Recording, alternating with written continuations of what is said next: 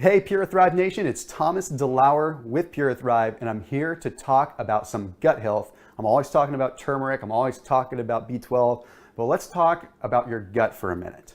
Today I'm talking about the difference between water kefir and kombucha, something you definitely need to know about. So water kefir is a liquid with a little bit of sugar that is fermented for only about 1 to 2 days. You see, usually it's something like coconut water. We're generally looking with water kefir, a water with about an 8% sucrose amount.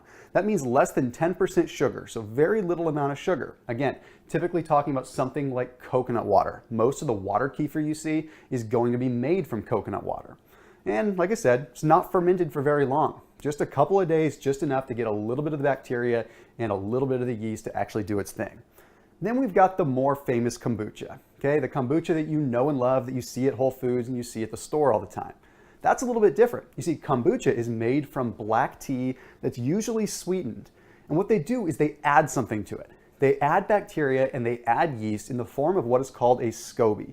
And what that stands for is a symbiotic colony of bacteria and yeast.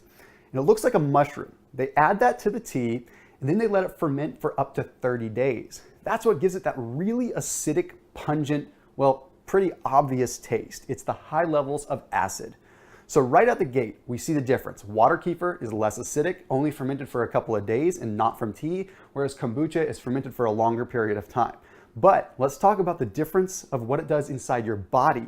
And this will dictate whether you are a kefir person or whether you are a kombucha warrior. All right, so both of them contain bacteria and yeast, just like I've mentioned. But the interesting thing about water kefir is water kefir has a higher amount of bacteria when it's actually fermented, even though it's only fermented for a couple of days. It also has a higher amount of lactic acid. That means more amounts of what are called lactobacillus, which is the kind of bacteria that is most prevalent in our gut that actually breaks down a lot of what we consume over time. And it's actually what helps make up a lot of our immune system. So we end up having a higher amount of bacteria, but less in the way of digestive enzymes. This tells us that water kefir is a very, very, very powerful probiotic. And when taken in the morning, can end up providing you with a lot of good results in terms of replenishing your gut bacteria, especially after a round of antibiotics, or if you're someone that deals with a disruptive gut biome to begin with. Okay, then we have kombucha. How does kombucha work in the body? Well, since kombucha is fermented for a longer period of time and it's slightly different with the kinds of bacteria, it ends up being more acidic and more powerful in the way of digestive enzymes. But there's actually less bacteria in kombucha that has been fermented for 30 days than there is in water kefir that's only fermented for 1 or 2 days. And it also doesn't have nearly as much in the way of the lactobacillus or the lactic acid, which means that kombucha is really, really good for breaking down food that's in your system, but it's not quite so good at providing you with the bacteria that you need in order to actually feel so good. But there is a time and a place for each.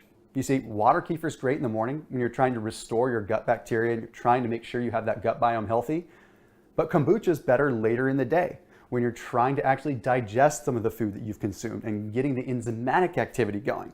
Just bear in mind that a lot of times kombucha has some caffeine in it because it's fermented from tea. Now there's one more thing I want to add to this. That's the fact that if you suffer from candida, which is sort of a bacterial yeast overgrowth in the upper GI tract, you typically want to avoid kombucha, which is a lot of what people end up doing. A lot of times they end up having kombucha if they have a yeast issue.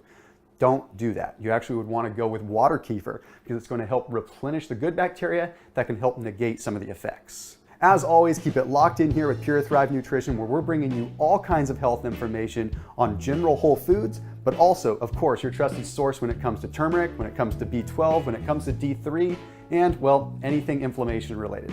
I'll see you in the next video.